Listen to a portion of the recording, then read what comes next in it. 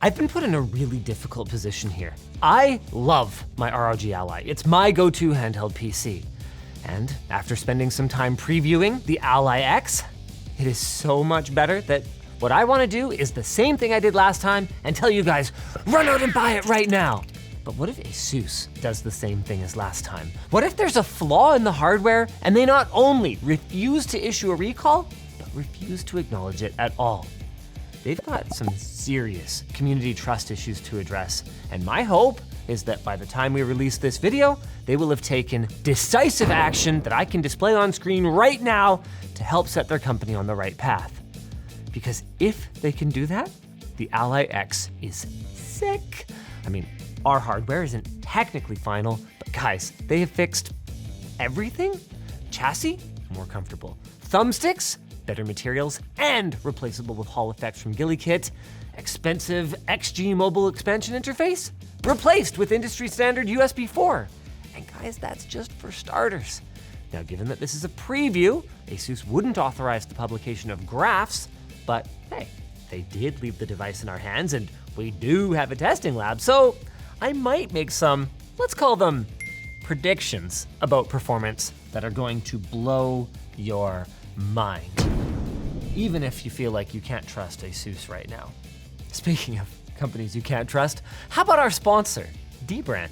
Those freaking guys, I half expect something to pop out of it and like stick into my eye. They recently launched their kill switch case for the original ROG Ally, and it's getting rave reviews over on Reddit. It dramatically improves the digging in of the bottom corners, and the grippiness is just outstanding. Check out dbrand.com/killswitch if you want to grab one for your Ally or Steam Deck, or hey, if you don't want to buy anything and you just want to harass them to make one for the Ally X.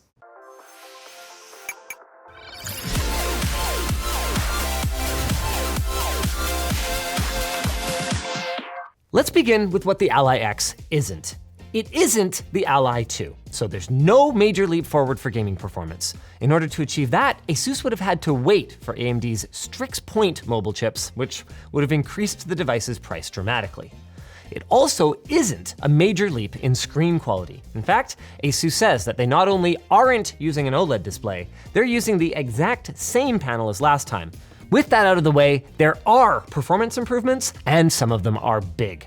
We're getting more memory at faster speeds and a truly impressive doubling in the rated battery capacity. And all of this is somehow without tipping the scale. It is heavier than both the old Ally and the Steam Deck OLED, but it's within striking distance of the original Steam Deck, and honestly guys, to my hands, it doesn't really feel that noticeable. Now, we were very interested in how gaming battery life would be impacted by this changing capacity, and here comes my first prediction. I predict that the Ally X will not last 3 times as long as the original, but that it will last considerably more than twice as long, both in endurance and in full stress situations. So I predict that you will no longer be stuck plugging in if you want to game at full performance for longer than about 45 minutes. Absolute game changer.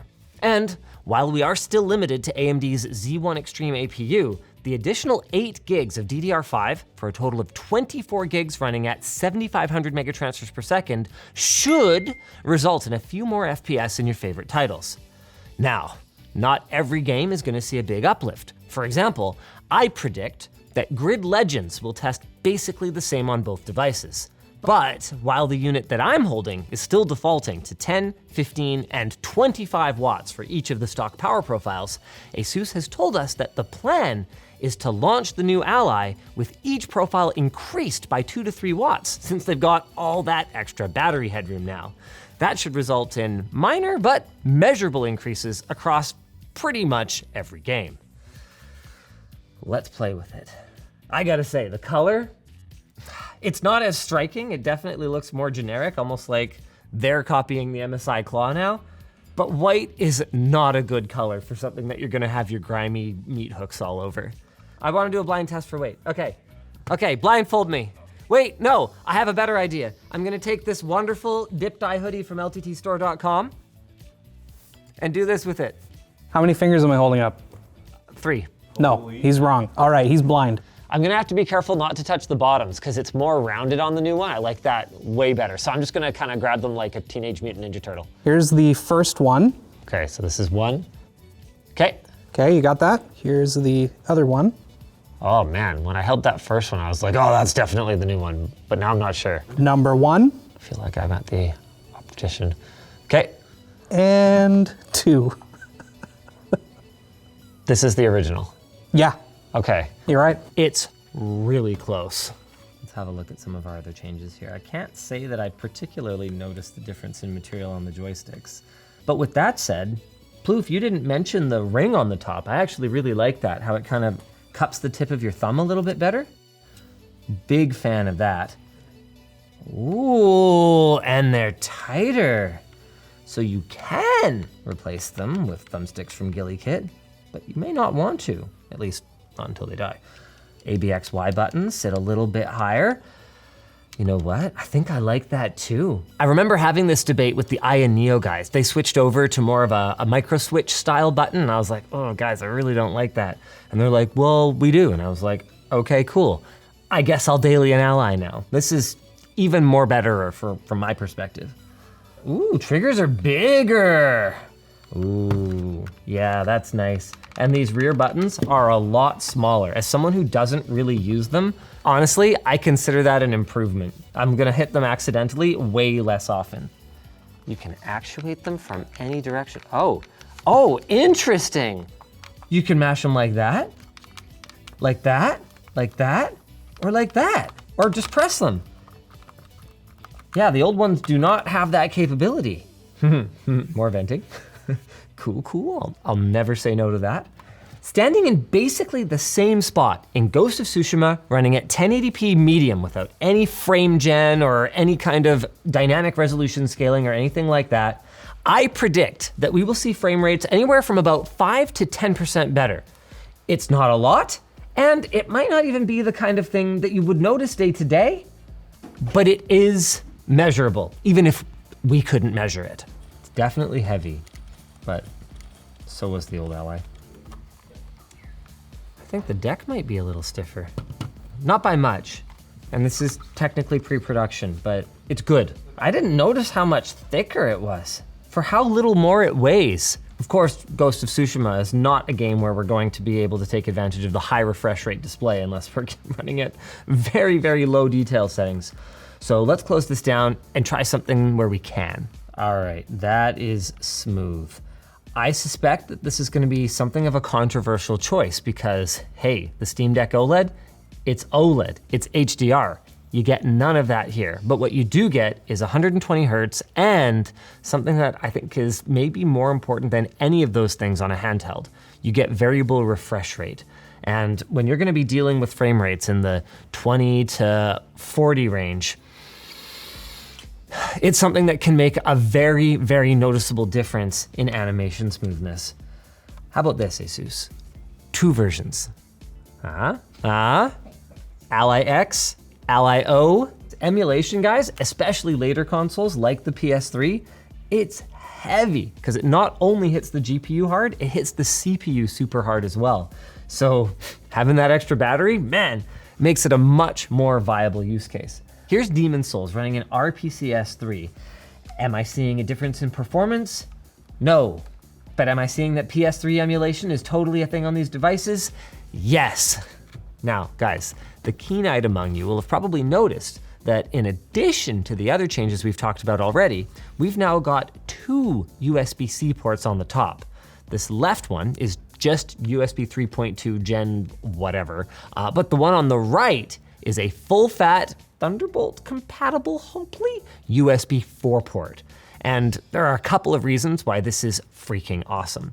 The first is that with 2 ports, you're a lot less dock dependent if you want to plug in PC peripherals, or in my case, on that long flight to Japan, plug in an external USB-C monitor and charge at the same time.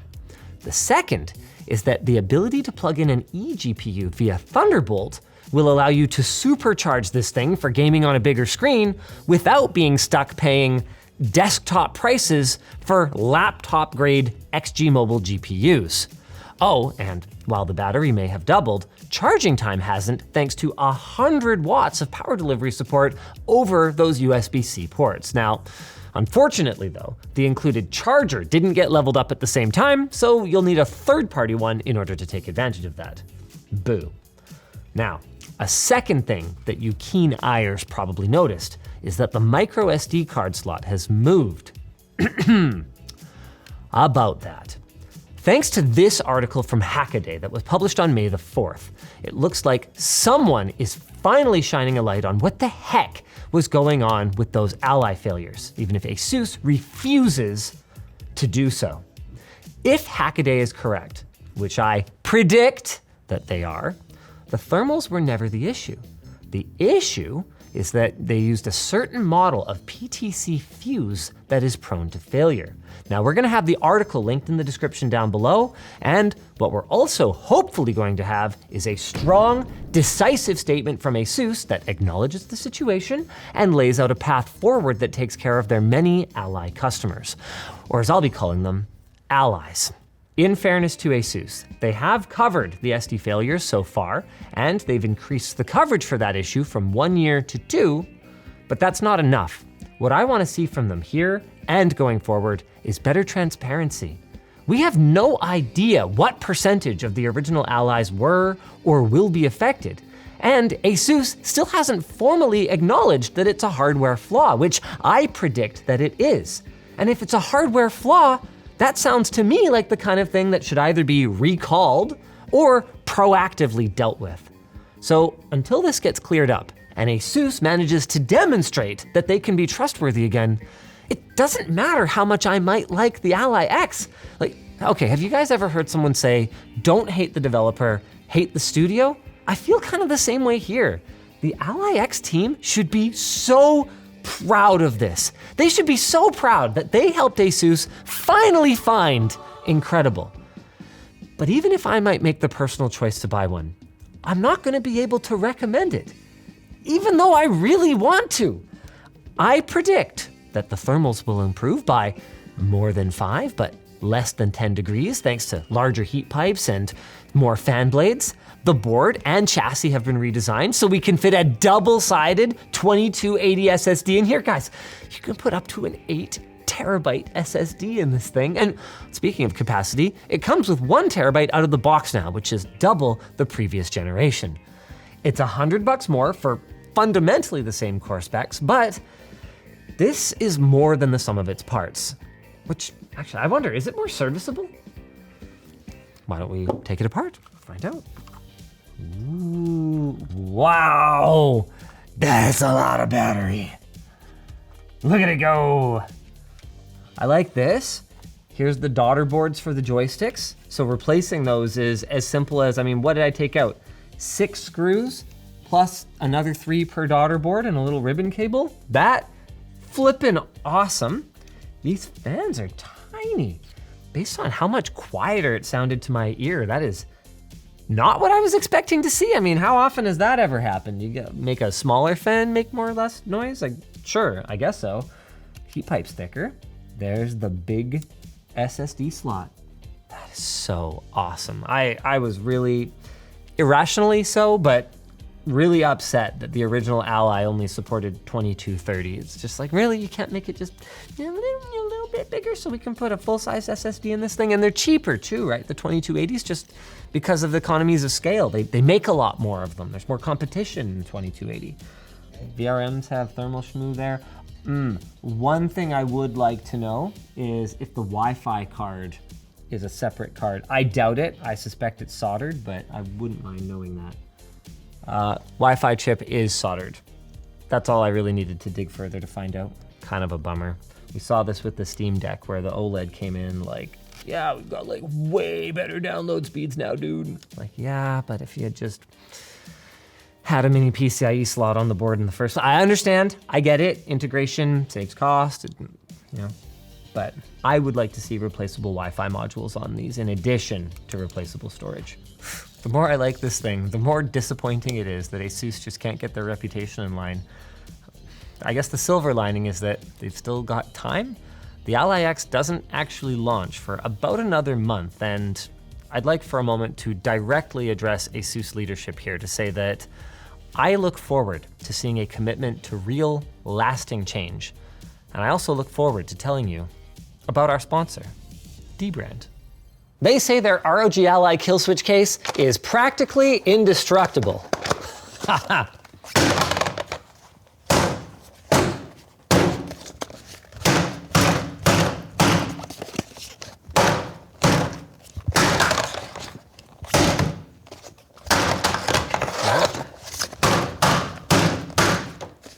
This poor table.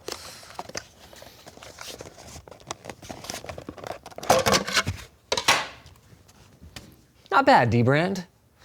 Not bad. Check it out at the link in the video description. Thanks for watching. If you guys enjoyed this video, maybe take a look at our Aya Neo coverage that we've done over the last couple of years. They make neat little handhelds, just even more expensive.